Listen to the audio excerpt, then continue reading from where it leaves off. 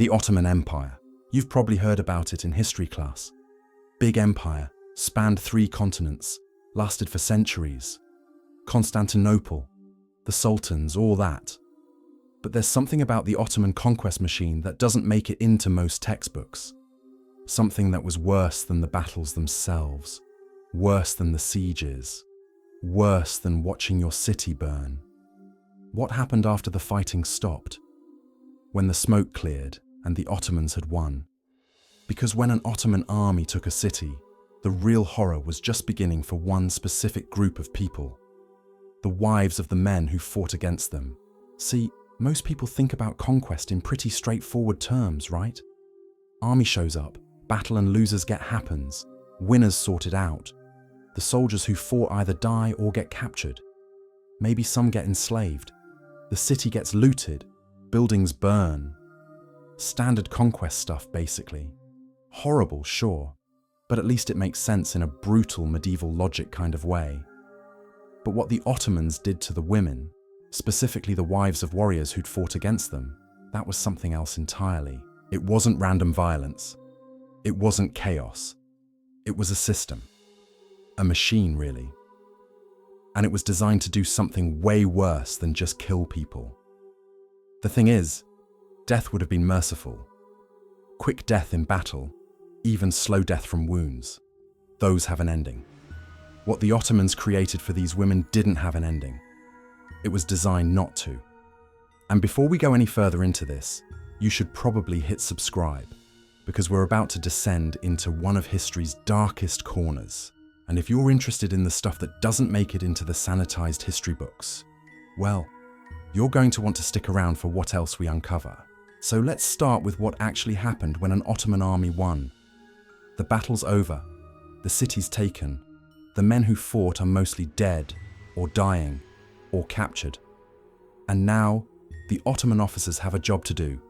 They've got orders, specific orders, about the women, especially about the wives of the warriors who fought.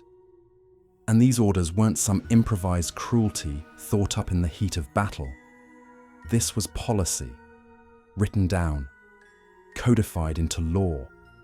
The Ottomans had a term for these women under Islamic jurisprudence.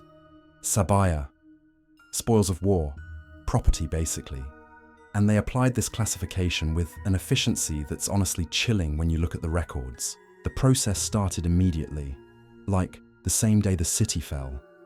Specialized officers would enter the captured city and start separating people. Men in one group, women in another, children somewhere else. Very organized, very systematic.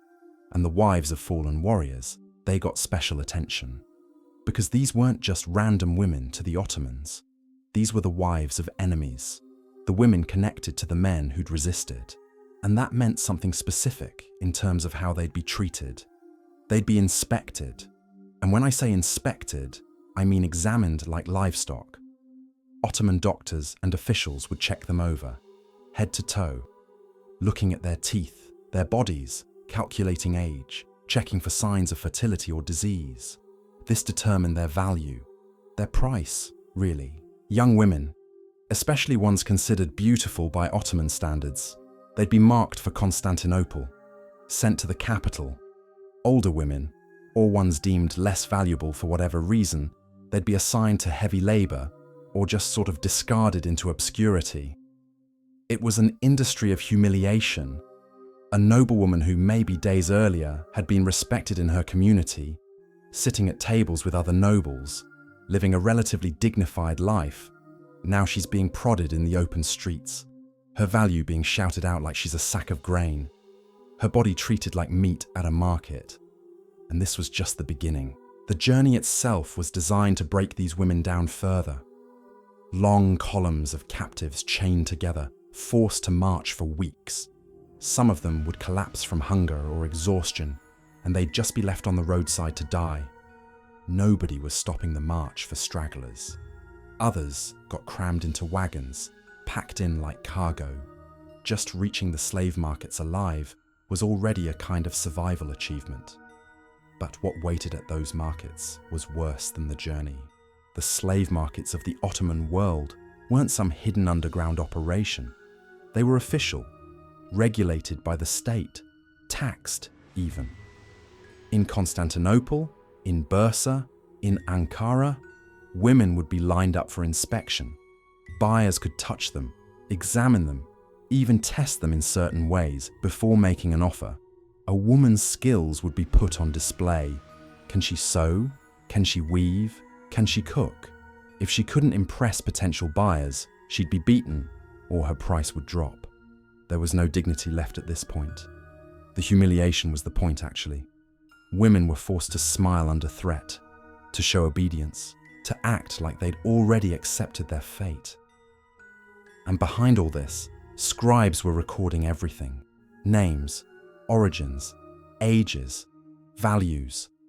These ledgers of human misery filled Ottoman archives, stacks and stacks of paperwork documenting the systematic destruction of these women's lives. The most beautiful captives, or the ones deemed most valuable for other reasons, they faced what might have been the darkest fate. They'd be funneled into the empire's harems. Now, you've probably got some image in your head from movies or whatever about harems. Silk curtains, luxury, maybe some forbidden romance storyline. Forget all that.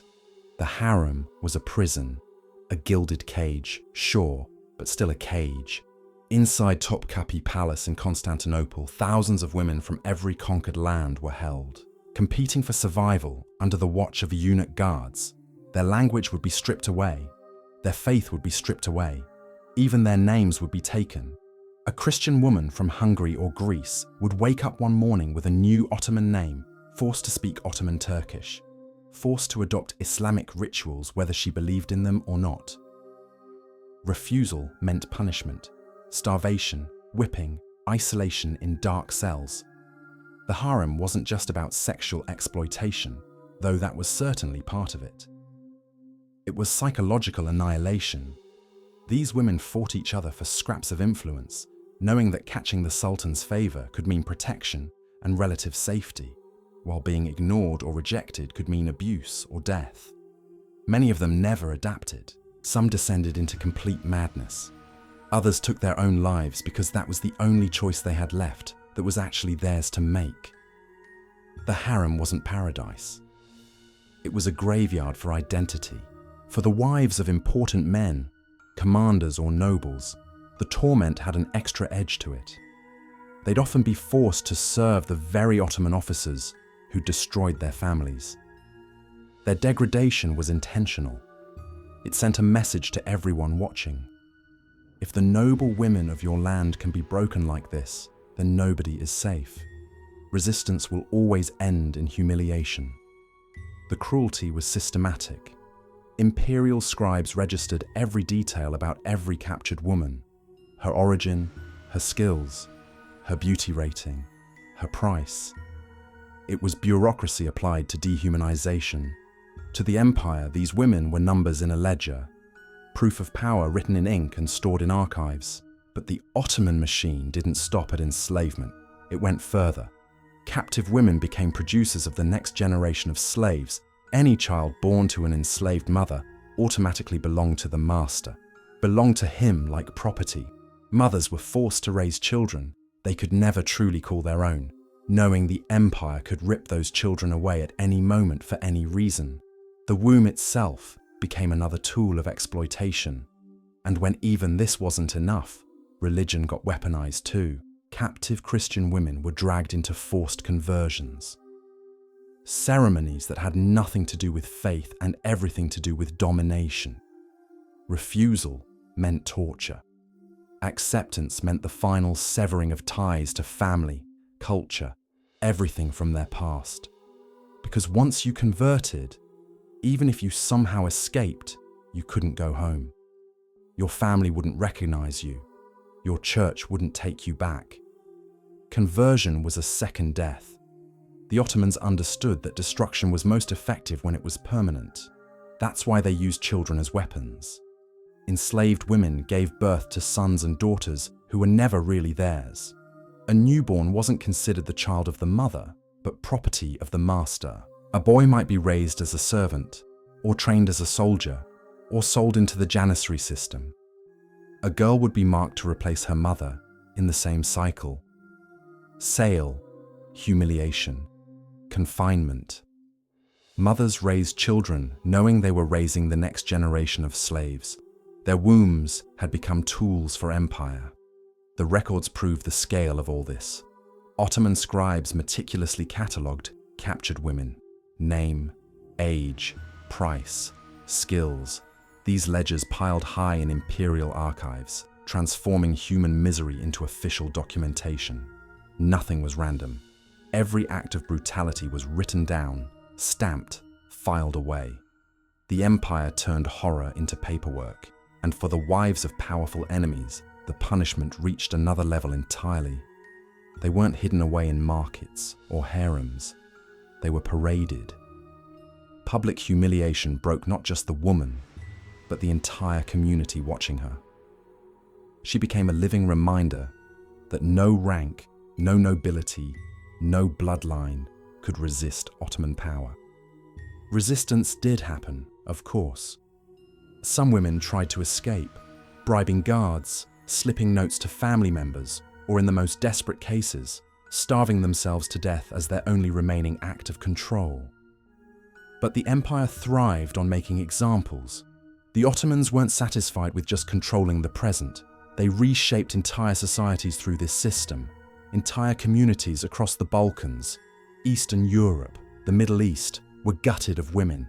Whole generations disappeared. Villages lost their daughters, mothers, wives. The population balance got permanently warped. This was demographic warfare, extermination by removal, and the scars lasted for centuries. Survivors who somehow escaped or were eventually freed carried their trauma for the rest of their lives. Some couldn't speak their native tongue anymore after years of forced assimilation. Others couldn't pray in the religion they once cherished. Many were rejected by their own families who saw them as tainted. They'd return home as strangers, living evidence of what conquest had done to them. Historians brushed over these details for a long time. They wrote about Ottoman military victories, architecture, administration. They spoke of grandeur and tolerance, but hidden in the archives were receipts, ledgers filled with the suffering of women whose names had been erased. For centuries, their voices were ignored, buried under myths of empire. Only recently, with deeper study of primary sources, has the true scale become undeniable. And maybe the most terrifying feature of this whole system was its efficiency. This wasn't chaos. It was order. A structured machine of enslavement designed to run smoothly, endlessly, generation after generation. Women became units of value, their suffering legitimized by law, their exploitation sanctified by ritual. The Ottomans even exported this cruelty.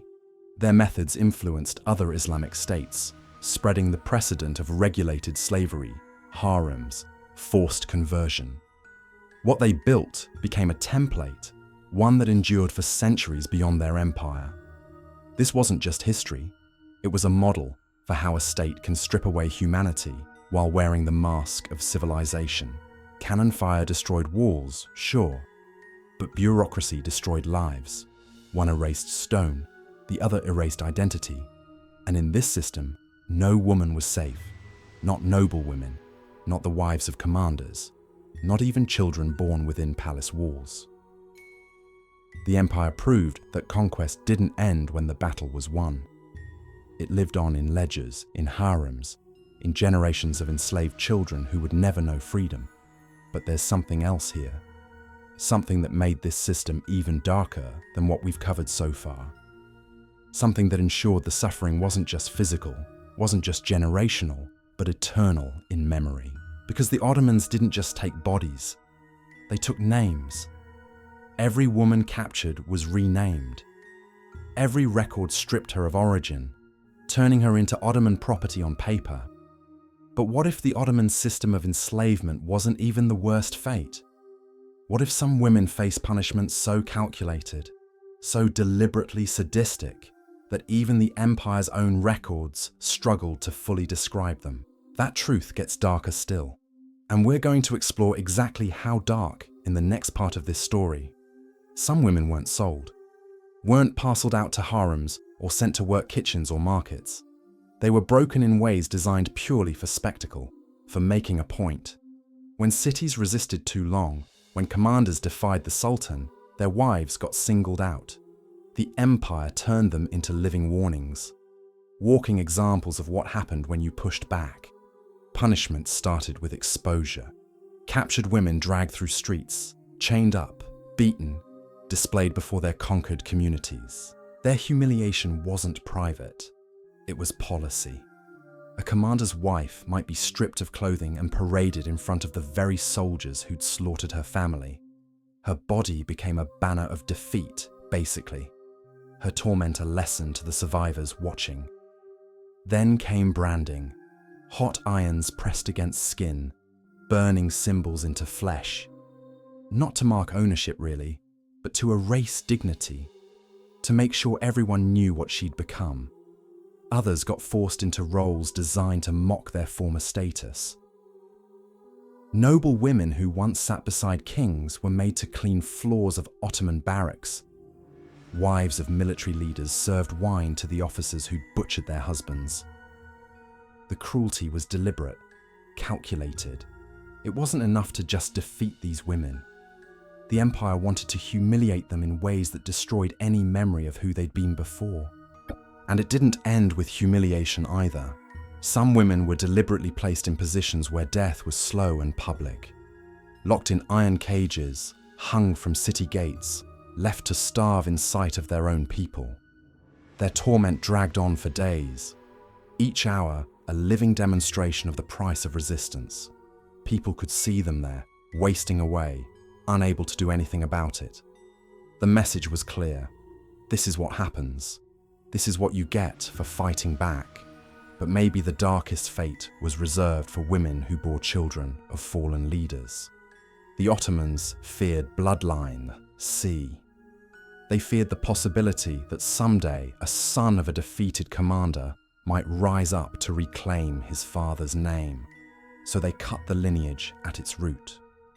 Infants were torn from mothers, sold or executed. A mother forced to watch the killing of her child understood immediately what the empire was saying. They wouldn't allow even the shadow of resistance to survive, not even in the form of a baby who couldn't fight back yet. For some women, torture was methodical. Ottoman officers employed psychological cruelty alongside physical torment. Women were forced to choose between their children. One spared, one killed. Their loyalty shattered forever by that impossible choice. Others were kept alive only long enough to witness the execution of family members. Their lives prolonged so their suffering could be savoured, basically. And all of this got written down. Every act, every punishment. The Ottomans documented horror like accountants tallying profits. It was proof of power. Evidence that the system worked, but the cruelty went further still. Some women were used as weapons of conquest themselves. A commander's widow might be sent back to her own city under Ottoman control, forced to spread obedience among her people. She walked as a puppet, her survival tied to her betrayal of her past. Communities that looked at her no longer saw a leader's wife. They saw the empire's tool, living proof that resistance was futile. There were also experiments in degradation. Some women were deliberately starved, then paraded with food dangling just out of reach. Others were forced into fights against one another, gladiator-like spectacles staged for the amusement of soldiers. The empire didn't simply want obedience, see? It wanted entertainment. Human suffering became sport. Women who refused to convert were dragged into mosques and beaten in front of congregations until they whispered the words of the Shahada. Their broken voices became evidence of submission. For those who still resisted, the empire made their deaths slow, turned executions into drawn-out sermons on the futility of defiance. But perhaps the most chilling punishment was silence. Some women were erased not by death, not by torture, but by complete disappearance. They were taken into secret chambers, confined for years, allowed no contact with the outside world. They didn't live. They didn't die. They simply ceased to exist. Ghosts swallowed by the empire's machinery, their memory fading even among those who once loved them. No one knew where they went. No one knew if they were alive or dead. They just vanished. Communities were scarred forever by this. Villages that resisted never forgot the images burned into their minds. Wives of leaders mutilated. Mothers watching their infants slaughtered. Sisters dragged screaming through streets. And the women who lived, who somehow survived all this, they carried torment into every breath. Survivors described sleepless nights haunted by screams. Bodies that never healed from whips. Minds shattered by choices no human should face. Some never spoke again. Others wandered aimlessly, incapable of recognizing home or kin. Their survival wasn't a triumph. It was another form of punishment, really. The cruelty escalated because it worked, basically. Fear traveled faster than armies. Cities surrendered not because walls collapsed, but because word spread of what awaited the women inside. The Ottomans didn't need to fight every battle. Sometimes the screams of the conquered were enough to force the next city to open its gates. This was conquest by terror. Not only swords and cannons, but wombs, children, wives, weaponized against entire nations. And there's one final detail here, one final layer of horror that seals this history in blood. The empire didn't consider this cruelty a crime. It was law. Every act, branding, humiliation, forced conversion, enslavement, was legitimized through doctrine and bureaucracy. Judges, scribes, officials blessed the suffering. The system wasn't rogue violence. It was sanctioned, organized, legal, which means the destruction of these women wasn't just tolerated. It was celebrated as order, as civilization, as empire. That's why the story doesn't end in the 16th century. It lingers, it echoes. Because once a system proves that absolute domination can be dressed as law, it sets a precedent. Others watched, others copied. The Ottoman system became a template for empire-wide control of women across continents. The wives of defeated warriors weren't just victims of a single conquest. They were the foundation of a legacy of exploitation that outlived them, replicated again and again across centuries. And there's still one question history never fully answers. What became of the ones erased? The women who vanished into silence, into archives, into graves without names. Their stories aren't written. Their fates aren't known.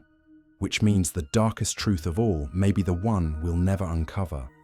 We can read the ledgers, study the documents, piece together fragments, but the full horror of what happened to individual women, the specific details of their suffering, their final moments, their last thoughts, those are gone, buried under centuries of silence. This is why the story of what the Ottomans did to the wives of defeated warriors still echoes today. Not because of how they lived, but because of how completely they were erased. Their identities stripped away, their names replaced, their bodies turned into property, their children taken, their faiths destroyed, their memories wiped from history. The system was designed not just to enslave them, but to make it as if they'd never existed at all. And in many cases, it succeeded. The wives of defeated warriors faced a fate worse than death because death would have been an ending. What they got was erasure, a slow, methodical destruction of everything that made them human. And the truly horrifying part is how normal this became. How routine. How the empire turned unspeakable cruelty into paperwork, filed away in archives like tax records. The bureaucracy of horror. The systemization of suffering. That's what made the Ottoman approach so uniquely terrible. It wasn't just violence. It was organized, legitimized, eternal violence. Passed down through generations, built into the structure of power itself. And that legacy didn't die with the empire. It lived on in the precedents it set, the systems it created, the methods it perfected.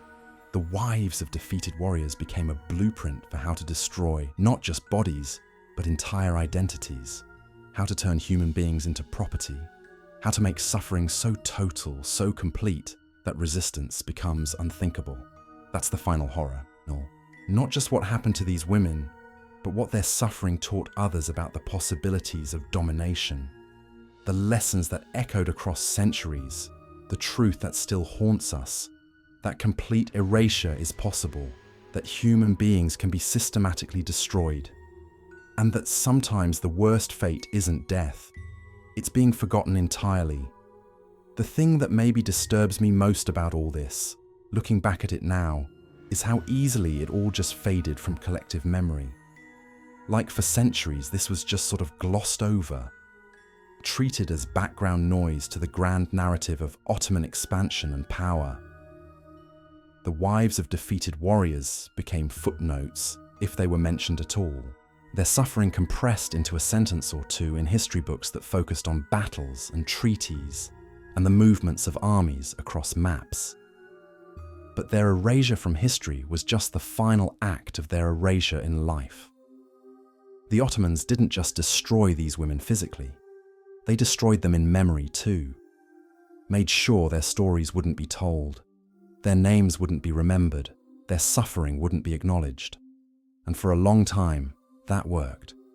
The archives sat untouched. The ledgers gathered dust.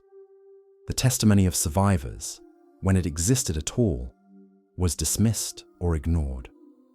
Because acknowledging what happened to these women meant acknowledging something uncomfortable about empire, about power, about the systems we build and the violence we legitimize. It's only recently, really, that historians have started pulling back the curtain on this stuff, going through those Ottoman archives with fresh eyes, reading the coded language in the documents, connecting the dots between policy and suffering. And what they're finding is worse than anyone imagined. The scale was bigger. The system was more organized. The cruelty was more deliberate.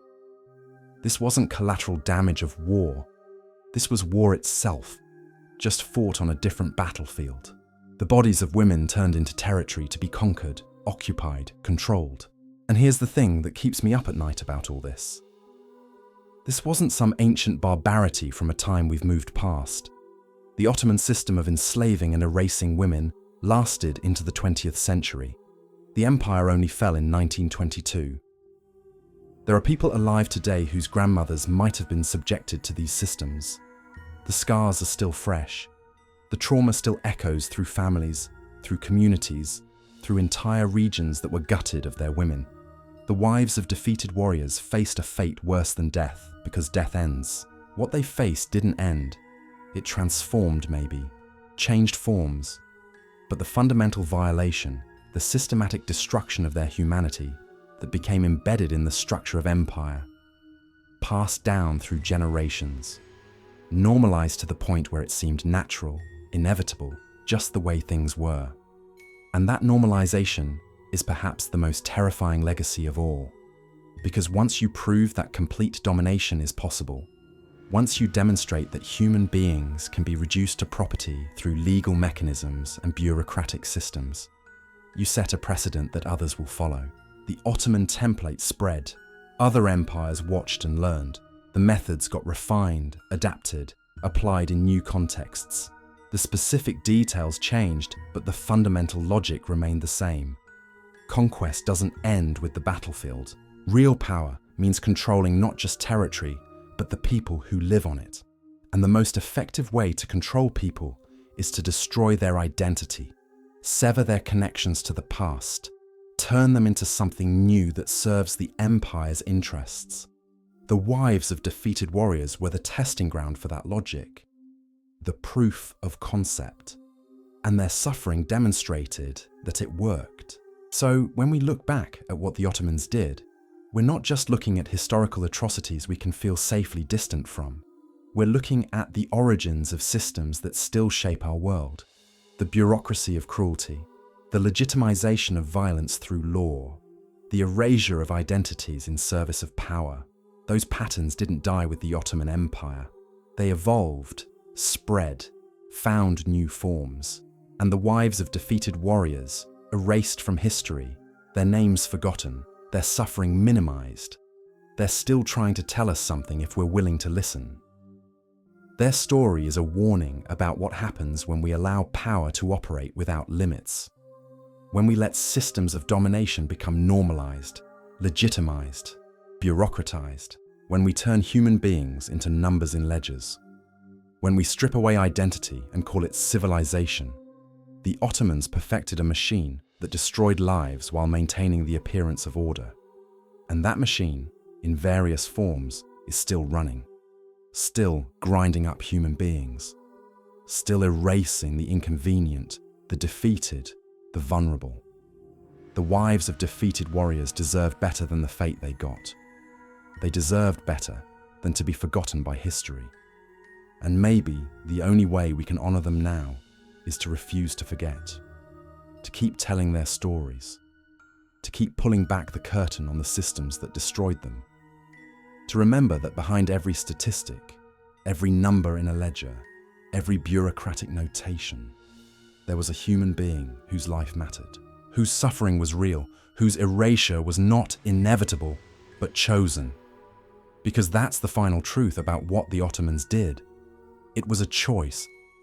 Every step of the system, from the initial separation of captives to the forced conversions to the multi-generational enslavement, all of it was chosen, designed, implemented, and that means it could have been different. The wives of defeated warriors didn't have to face a fate worse than death. The empire chose to inflict that fate, and history chose to forget. But we don't have to keep choosing silence.